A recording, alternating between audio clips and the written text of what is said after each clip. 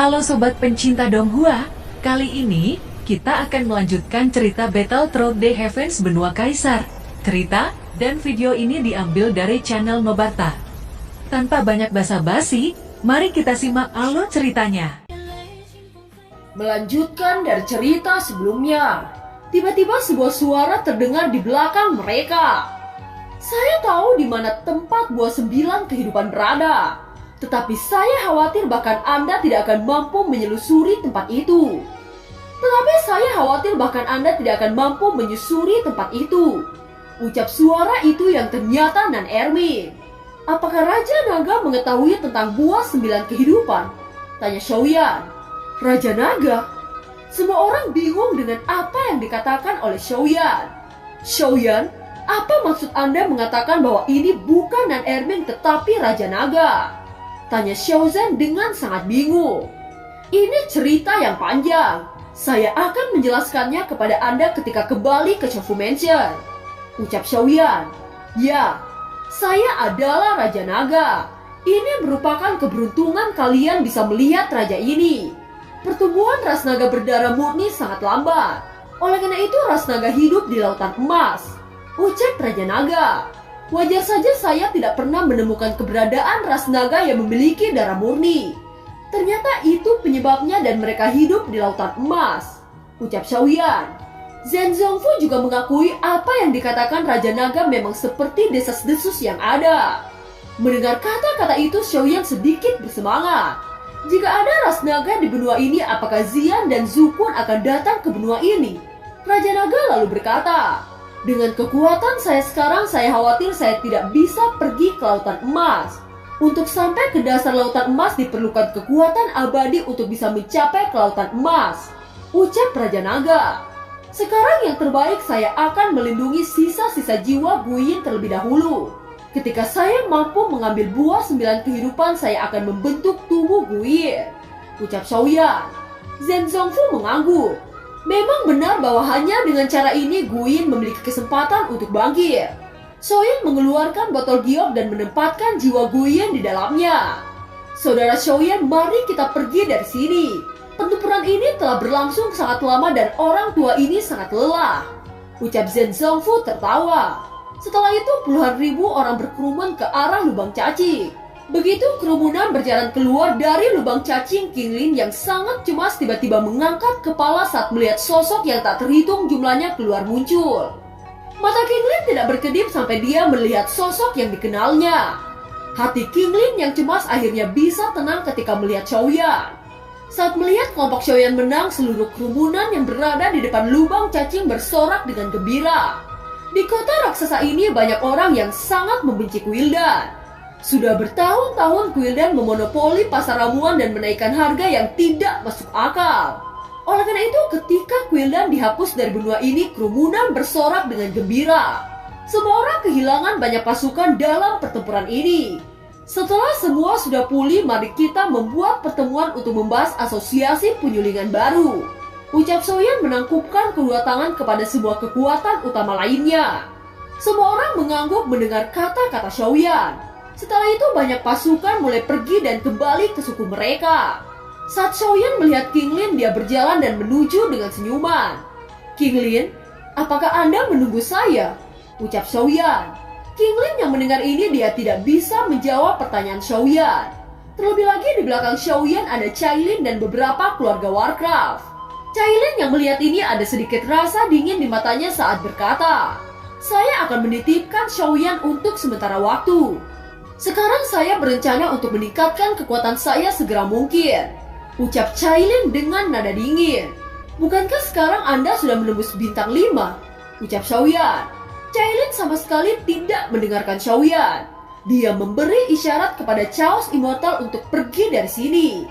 Melihat isyarat dari Cailin, Chaos Immortal menuju Xiaoyan lalu berkata, saudaraku, saya harus kembali ke keluarga Warcraft untuk menyembuhkan orang-orang yang terluka.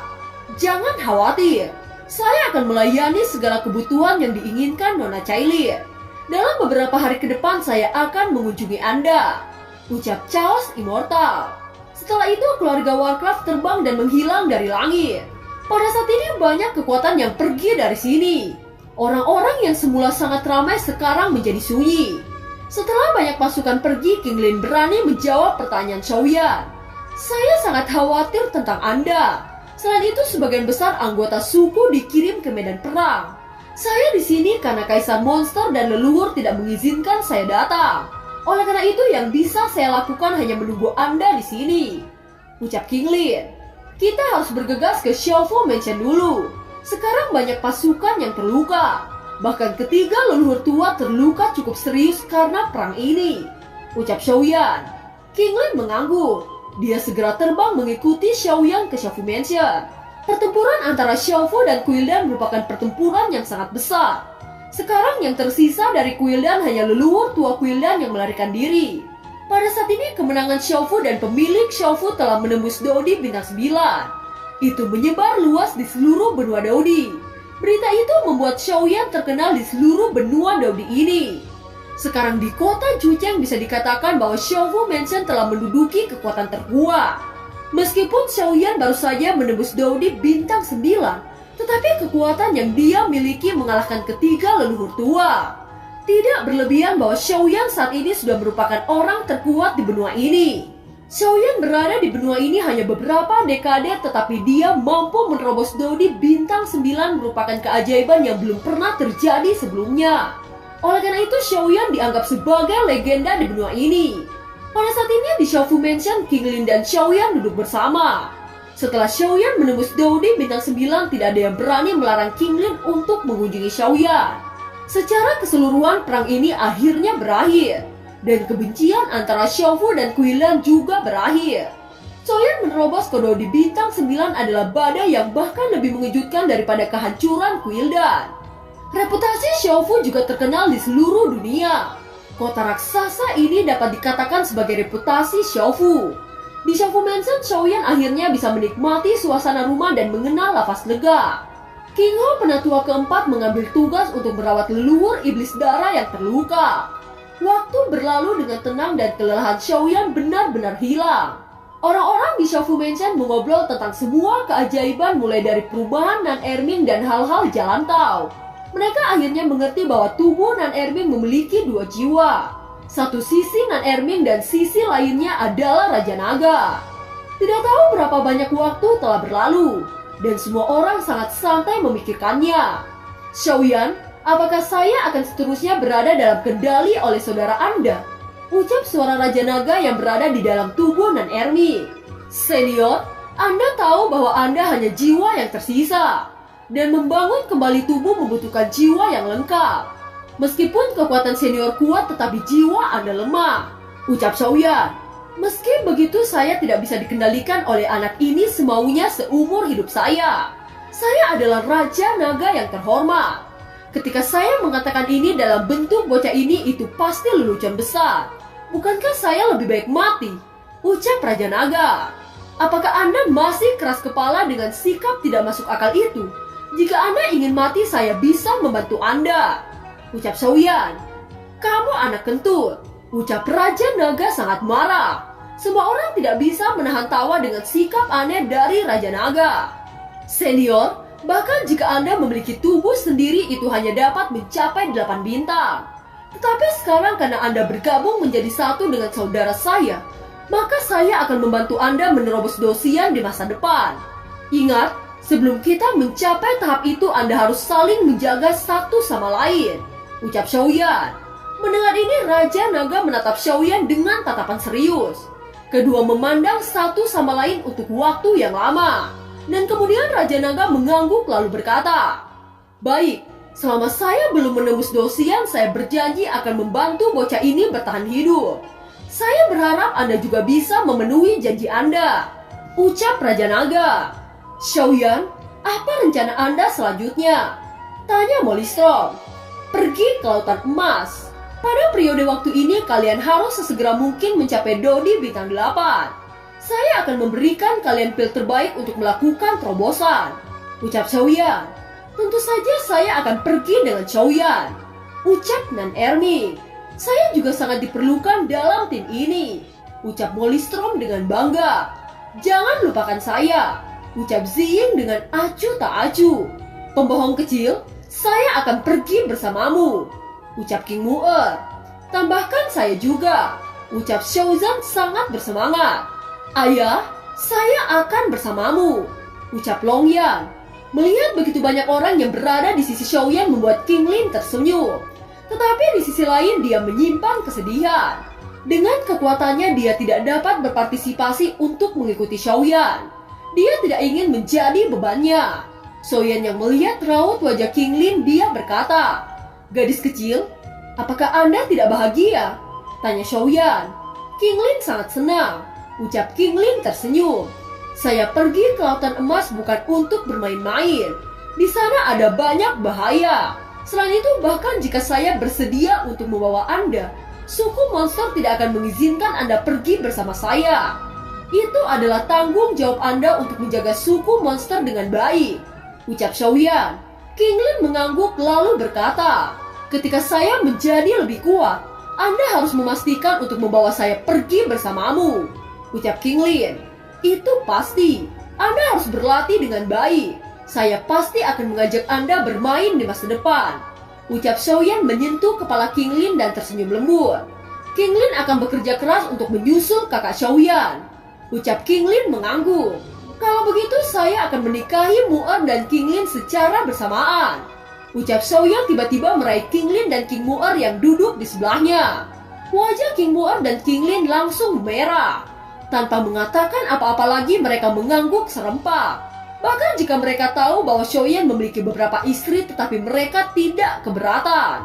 Selama mereka bersama Xiaoyan mereka bersedia melakukan apa saja. Baiklah, ini sudah larut. Semua orang harus kembali beristirahat. Setelah istirahat ini semua orang harus mulai fokus pada kultivasi, ucap Xiaoyan kepada semua orang kelompoknya. Xiaoyan mengirim King Mu'er dan King Lin ke kamar masing-masing sebelum perlahan-lahan kembali ke kediamannya. Di tengah malam Xiaofu tampak sangat ramai. Pohon willow bergoyang dan pantulan di dalam air seperti tarian peri. Xiaoyan berjalan sendirian di Xiaofu Mansion. Dia berjalan di atas lempengan batu biru dan melihat ke bawah danau kecil. Di sana terlihat sosok Zenny sendirian menikmati suasana malam. Xiaoyan menghela nafas dan mengambil langkah untuk memeluknya. "Sepertinya kamu harus membayar pelukan romantis ini," ucap Zenny. "Katakan padaku, biaya apa yang Anda perlukan?" ucap Xiaoyan tidak melepaskan pelukannya. Angin sepoi-sepoi bertiup membuat penampilan Zenny menjadi semakin cantik. Tiba-tiba dia perlahan membuka mulutnya saat berkata, "Menikahiku," ucap Zenny. "Benarkah?" ucap Xiaoyan. "Xiaoyan, aku tahu Anda punya seorang istri. Saya tidak memenuhi syarat untuk menjadi istrimu," ucap Zenny berkata dengan gemetar. Dia meneteskan 2 kali air mata di dalam pelukan Xiaoyan dengan angin sepoi-sepoi. "Saya akan menikahi Anda," ucap Xiaoyan dengan penuh kasih sayang. Kali ini Xiaoyan akan menikahi 3 istri bersama-sama. Sekarang Xiaoyan memiliki 6 istri dan itu membuat Xiaoyan tersenyum sedikit. Ini memang agak berlebihan. Sekarang Xiaoyan memutuskan bahwa dia tidak akan mencintai orang lain lagi. Dia harus mencoba yang terbaik untuk mengendalikan perasaannya. Setelah beberapa waktu berlalu, Xiaoyan merasa bahwa hari pernikahannya akan segera tiba. Saat ini aula Xiaofu Mansion sudah penuh dengan orang-orang. Setelah waktu berlalu, 3 leluhur bintang 9 sudah pulih sepenuhnya. Ketika Xiaoyan melihat kedatangan leluhur monster Sin-Er, dia juga berdiri dan membungkuk memberi hormat. Di bawah perhatian semua orang, leluhur Sin-Er duduk di tengah-tengah aula bersama Kaisar Iblis. "Senior, sekarang saya telah memenuhi persyaratan Anda," ucap Xiaoyan memandang Sin-Er sambil tersenyum. Sin-Er pernah berkata kepada Xiaoyan diizinkan menikahi King Lin dengan persyaratan Dodi bintang 8. Sekarang Xiaoyan tidak hanya memenuhi persyaratan, tetapi bahkan telah melampaui persyaratan. Kekuatan Xiaoyan telah mencapai Dodi bintang 9 dan bahkan bisa dikatakan kekuatannya melebihi 3 leluhur. Sin-Er tertawa pelan lalu berkata, "Anda bahkan melebihi persyaratan. Saya benar-benar tidak berharap bahwa kita 3 orang tua akan bergantung pada junior untuk menyelamatkan kita. Ini sungguh memalukan," ucap ketiga leluhur bintang 9 tersenyum pahit. Jika bukan karena Xiaoyan, kemungkinan mereka sudah terserap kering oleh rantai pemakan jiwa. Xiaoyan lalu berkata, "Para senior tahu cara bercanda. Jika ketiga senior tidak menunda waktu untuk junior, saya khawatir bahwa saya tidak akan berhasil dipromosikan. Dan mungkin saya tidak akan bisa merubah situasi. Ucap Xiaoyan tersenyum. Xin Er mengangguk dengan puas. Kekagumannya terhadap Xiaoyan semakin bertambah. Xin Er lalu berkata, "Anda sangat rendah hati. Jujur saja King Lin adalah gadis suci suku monster saya. Dan itu memiliki peran yang sangat penting dalam pengembangan suku monster. Pernikahan ini juga merupakan prioritas utama," ucap Xin Er. Setelah itu dia menoleh ke Kaisar Monster saat bertanya, "Bagaimana Anda menanggapi masalah ini?" tanya Xin Er. "Pria yang akan menikahi gadis kita bisa dikatakan sebagai objek kekaguman bagi mereka semua. Siapa yang tidak bisa setuju? Karena leluhur setuju, maka saya akan mengikuti pendapat leluhur," ucap Kaisar Monster. "Anak kecil, ada begitu banyak pengagum di klan monster saya. Sepertinya Anda harus menemukan waktu yang baik untuk datang ke klan monster saya untuk memberikan kami saran," ucap leluhur Xin Er kepada Xiaoyan. "Masalah ini diselesaikan, dan Xiaoyan akan memutuskan hari pernikahan," ucap leluhur Xin Er dan Kaisar Monster. "Terima kasih leluhur Xin Er dan Kaisar Monster," ucap Xiaoyan memberi hormat dengan tinju di depan Xin Er dan Kaisar Monster. Keduanya mengangguk dengan tersenyum. Di mata semua orang, sosok Xiaoyan telah menjadi lebih tinggi dan lebih tinggi. "Xiaoyan, setelah King Lin menikahi Anda, saya punya 3 persyaratan. Pertama, King Lin harus hidup dalam suku iblis. Kedua, King Lin tidak diizinkan bermain denganmu. Ketiga, kamu harus melindungi dengan hidupmu. Bisakah Anda menerima 3 poin ini?" tanya leluhur Xin Er. "Saya mengerti bahwa King Lin adalah gadis dari klan yang memiliki tanggung jawab pemulihan darah. Saya tidak pernah bermaksud membawa King Lin untuk mengambil resiko dengan saya. Selain itu, bahkan jika leluhur tidak mengatakan, saya tetap akan melindungi King Lin menggunakan hidup saya," ucap Xiaoyan. "Bagus sekali," ucap Xin Er memandang Xiaoyan dengan sungguh-sungguh.